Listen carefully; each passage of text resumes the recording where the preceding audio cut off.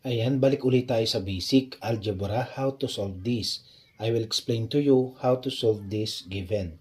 Okay, number 1, 2x plus 5x. Okay, ano muna yung gagawin mo? Sa ating beginner, okay, ano muna yung variable na given? Okay, ang ating variable o yung letter na given ay x. Ilalagay lang muna natin yung x. Okay, then, ano yung operation? Plus lamang. 2 plus 5, i-add mo lang yung numerical coefficient, which is 7. Okay, then kokopyahin mo yun, yun na nga yung x. Therefore, ang final answer is 7x. Okay, next, sa given number 2 naman, negative 4y plus 9y.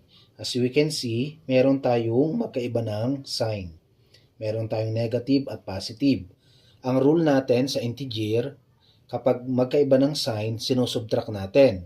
Yung malaki daw ay isusubtract sa maliit. 9 minus 4, 5. Then, kokopyahin uli kung anong variable natin. Variable y.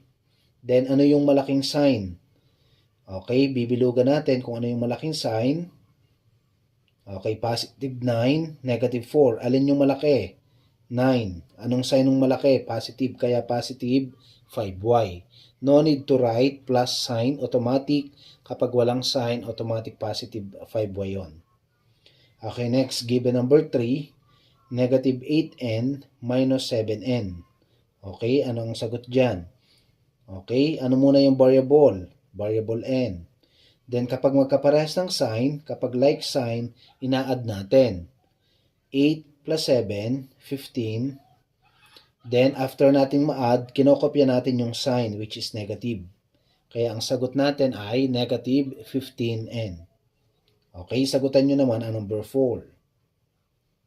Comment nyo lang sa ating comment section ang sagot.